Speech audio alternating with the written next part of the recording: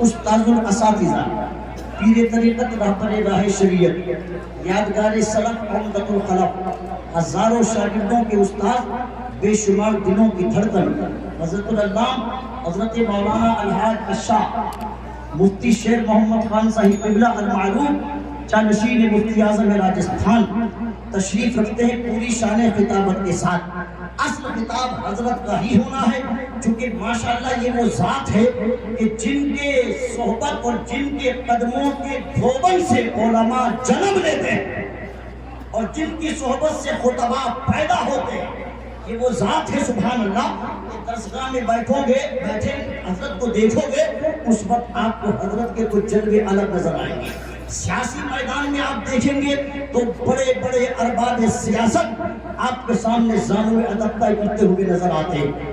آپ فقہ کی منزل میں دیکھیں گے تو بڑے بڑے فقہاء سبحان اللہ آپ کی تحقیق کی بنیاد پر نئی عمارت کھڑے کرتے ہوئے نظر آتے ہیں۔ یہ وہ شخصیت ہے سبحان اللہ کہ جو صرف ہندوستان ہی نہیں، جن کے شاگرد ہی نہیں، شاگردوں کے شاگرد دارالعلوم اسحاقیہ کے گلشن سے نکلنے والے پھول جو یہاں بھی بہت سارے موجود ہیں، دارالعلوم اسحاقیہ کی علمی خوشبو کو پوری دنیا میں بہکاتے ہوئے نظر آ رہے ہیں۔ یہ وہ ذات ہے جس ذات سے حضور مفتی اعظم راجستھان نور اللہ مرقدہ نے بڑا کام لیا ہے دین کا، اور بہت بڑا اعتماد کیا ہے حضرت کی ذات پر۔ اللہ حضرت کی زندگی کو برکتوں سے معمور فرمائے۔ حضرت بے شمار خوبیوں کی ایک چلتی پھرتی انجمن ہے۔ آپ کو کبھی دیکھنا ہو تو حضرت کو الگ الگ پیرائے میں دیکھیے گا انشاءاللہ، تو آپ کو وہ صفات ایک ذات پہ نظر آئے گا۔ میں اپنی بات کو مکمل کر دوں، ابھی میرا وقت باقی ہے، توجہ ہے، بس اور سے سن لیجیے آپ کے مطلب کی بات۔ خطاب تو حضرت کا ہوگا انشاءاللہ۔ میں یہ عرض کرنا چاہتا تھا، اپنی زندگی کا اینالائسس کرو۔ قرآن نے دل کی بہت سی قسمیں بتائی ہیں، اب آپ خاموشی سے سن لیجیے، سبحان اللہ، بولے نہ بولے کوئی فرق نہیں پڑتا، بس بات کو سمجھ کے چلی جائیے گا۔ سنیں، بہت سی قسمیں قرآن نے دل کی بتائیں۔ ایک قسم میں نے آپ کے سامنے پیش کری، ایک اور پیش کروں گا، پھر کمپیریزن کیجیے کون سے دل کو ہم اپنے سینے میں دھڑکتا ہوا محسوس کرتے ہیں۔ اور اب کی تھوڑی اور میں نظر محبت چاہوں گا۔ حضرت تشریف فرمائے، یہ تقریر نہیں ایک سبق ہے حضرت کی موجودگی میں انشاءاللہ۔ حضرت پھر اس کی اصلاح فرمائیں گے، سنیے۔ قرآن کہتا ہے وَلَا تَكْتُمُ الشَّهَادَةَ وَمَن يَكْتُمْهَا فَإِنَّهُ آثِمٌ قَلْبُهُ۔ میں مفہوم پیش کر رہا ہوں، اور گواہی نہ چھپاؤ۔ جس نے گواہی چھپائی، جس نے جھوٹ بولا، قرآن نے اس کے بارے میں کہا اس کا دل آثم ہوتا ہے۔ اب مفسرین نے دل آثم کے بارے میں بتایا، دل آثم کس کو کہا جاتا ہے، دل آثم کی ڈیفینیشن کیا ہے، دل آثم دل عاصم کی تعریف کیا ہے، اس دل کی کیفیت کیا ہے، اس دل کی انٹرنل سچویشن کیا ہے۔ سنیں نوجوان، میں آپ سے مخاطب ہوں، اور جو سنیے، جس کا دل عاصم بن جاتا ہے، اس دل کی پہچان یہ ہے، اس دل میں ہمیشہ گناہ دستک دیتے ہیں، اس دل میں ہمیشہ گناہ کا خیال آتا ہے، اس دل میں جب بھی وسوسے پیدا ہوتے ہیں، گناہوں کے وسوسے پیدا ہوتے ہیں، یہ دل ہمیشہ گناہوں کے لیے بے چین و بے قرار رہتا ہے۔ یہ دل ہمیشہ یہ چاہتا ہے یہ گناہ کر لے، شاید اس سے تجھے سکون مل جائے گا، یہ گناہ کر لے، شاید اس سے سکون مل جائے گا۔ جب اس گناہ سے بھی سکون نہیں ملتا ہے، اب دل پھر کہتا نہیں اس سے بڑا گناہ کرو، شاید اس سے سکون مل جائے گا۔ اب اس سے بڑا گناہ کیا، جوان نے آج بیئر کی، دل چاہ نہیں بیئر میں اتنی لذت نہیں آئی، چلو شراب پہ جام لگاتے معاذ اللہ، شراب میں سکون تلاش کرنے گیا، دل عاصم سے پھر آواز آئی نہیں شراب سے بھی کام نہیں چلا، اب اور کسی قسم کا نشہ کرتے ہیں۔ بے شمار نشے مجھ سے زیادہ آپ جانتے ہیں، جو اس وقت قوم مسلم کے اندر یہ بیماری ساری دنیا کے مسلمانوں میں دیکھی جا رہی ہے، الا ماشاءاللہ چند علاقوں کو چھوڑ کر کے۔ سنیے، یہ اس دل عاصم کا کمال ہے جو بار بار گناہوں پر اکساتا، زنا کرو تو کہتا نہیں مزہ نہیں آیا، کسی اور کے ساتھ زنا کرو، کبھی چوری کی اپیل کرتا ہے، کبھی ریکویسٹ کرتا ہے جھوٹ بولنے کی، ریاکاری کی، غداری کی، مکاری کی، عیاری کی، زنا کی، شراب کی، نشے کی۔ جملہ سنو، مفسرین فرماتے ہیں اس دل کا رزق یہ ہے کہ یہ دل گناہ کرواتا بندے کو قبر تک پہنچا دیتا ہے۔ پھر سچویشن یہ ہوتی ہے، اور سورہ سرکار نے فرمایا تھا کہ شیطان کا جب دل پر قبضہ ہو جائے تو پھر لوگوں میں خون کی طرح سے دوڑتا ہے. یہ حضور نے اس وقت فرمایا تھا جب دل کے فنکشنز کو سائنس کے میزان پر تولا نہیں گیا تھا. اس وقت حضور نے فرمایا تمہارے جسم میں گوشت کا ایک ٹکڑا ہے جسے دل کہتے ہیں, وہ اچھا ہے تو پورا جسم اچھا ہے, وہ خراب ہے تو پورا جسم خراب ہے. ارے یہ دل ہی کا تو کمال تھا. ایک افریقہ کا کالا بلال مصطفیٰ کی غلامی میں مکے میں آیا. سچویشن یہ تھی کہ شکل سے تو کالے تھے, بدن سے تو بدو کی شکل میں نظر آتے تھے. عالم یہ تھا کہ غلام کی حیثیت سے مکہ میں آئے تھے. امیہ نے ان کو خریدا تھا, بڑی تکلیفیں امیہ پہنچاتا تھا, مگر رات کو دیکھا کہ بلال کسی گوشے میں بیٹھ کر کے نام کسی اور کا لیتے ہیں, یاد کسی اور کو کرتے ہیں, تسبیح و تحلیل کسی اور کی کرتے ہیں. امیہ نے بلایا, کہا بلال خریدا تو ہم نے, نام کس کا لیتے ہو؟ ارے تم یاد کس کو کرتے ہو؟ جملہ سنو, حضرت بلال نے کہا تھا سن امیہ, تو نے صرف بلال کے جسم کو خریدا ہے مگر دل کا سودا تو بلال محمد ربی کی چوکھٹ پر کر چکا ہے. یہ دل کا کمال تھا کہ ڈاکٹر اقبال جیسا مفکر یہ کہنے پر مجبور ہو گیا کہ بدر اچھا ہے فلک پر نہ ہلال اچھا ہے, چشم بینا ہو تو دونوں سے بلال اچھا ہے. کیوں اچھا ہے؟ کیونکہ صورت ہی تو کالی تھی مگر دل تو نور مصطفیٰ کی روشنی میں چمک رہا تھا. اور جب دل نور مصطفیٰ کی روشنی سے جگمگا رہا تھا, ایک بلال جو طلحہ افریقہ سے آیا تھا, حضور نے غلامی کا وہ رزلٹ دیا کہ جب اذان کا حکم آیا تو میرے نبی نے فرمایا پہلی اذان اسلام میں کوئی پڑھے گا تو میرا بلال پڑھے گا. بڑے بڑے فصاحت و بلاغت کے تاجدار وہاں موجود تھے, بڑے بڑے عربی لٹریچر لینگویج پر اپنی کمانڈ رکھنے والے صحابہ موجود تھے. ابو قحافہ کا بیٹا ابو بکر جیسا اس امت میں نہیں ساری امتوں کا سب سے افضل شخص بعد الانبیاء کی تحقیق وہاں موجود تھا, مگر حضور نے فرمایا پہلی اذان پڑھے گا تو بلال پڑھے گا. کیوں جانتے تھے اب تک دنیا بلال کو پکارتی تھی, امیہ بلال کو پکارتا تھا, اس کی بیوی بلال کو پکارتی تھی, اس کے بچے بلال کو پکارتے تھے, آج تک دنیا بلال کو پکارتی تھی. اب وہ ڈیوٹی ان کو سونپ دوں گا, آج کے بعد بلال زمانے کو پکاریں گے, زمانہ بلال کی پکار پہ حاضر ہوتا رہے گا. جب بلال کہیں گے حی علی الصلاۃ, ابو بکر بھی دوڑے آئیں گے. بلال کہیں گے حی علی الفلاح, خطاب کا بیٹا عمر بھی دوڑ آئے گا. بلال کہیں گے حی علی الصلاۃ, عثمان و علی بھی آئیں گے. اور جب بلال پکاریں گے تو آمینہ کے لال بھی تشریف لائیں گے. جب تک بکے نہ تھے تو کوئی پوچھتا نہ تھا, تم نے ہمیں خرید کر انمول کر دیا. آخری چیپٹر میری گفتگو کا اب اور کیجیے گا. حضور نے فرمایا جنتی کا خاتمہ جنتی کے عمل پر ہوتا ہے, جہنمی کا خاتمہ جہنمی کے عمل پر ہوتا ہے. کیا سمجھے آپ اس حدیث پاک کو؟ یاد رکھو عمر 50 60 70 سال کی ہو گئی, گناہ نہیں چھوٹتے, یہ جہنمیوں کا عمل ہے. اس سچویشن میں موت آئی, نبی فرما چکے جہنمی کا خاتمہ جہنمی کے عمل پر ہوتا ہے. اور اچانک کوئی بندہ پہلے گناہگار تھا اب نیکوکار بن گیا, پہلے بے نمازی تب نمازی بن گیا, پہلے اصل میں گناہ کرتا تھا اب نیک ہو گیا. تو مبارک ہو کہ جنتیوں کے عمل پر اگر اس کا خاتمہ ہوا تو اس کا دل اس کو انشاءاللہ کامیاب کر کے جنت میں لے جائے. میری بات سمجھ میں آ رہی ہے؟ آخری منٹ چل رہے میری گفتگو کے, بہت غور سے سن لیجیے گا.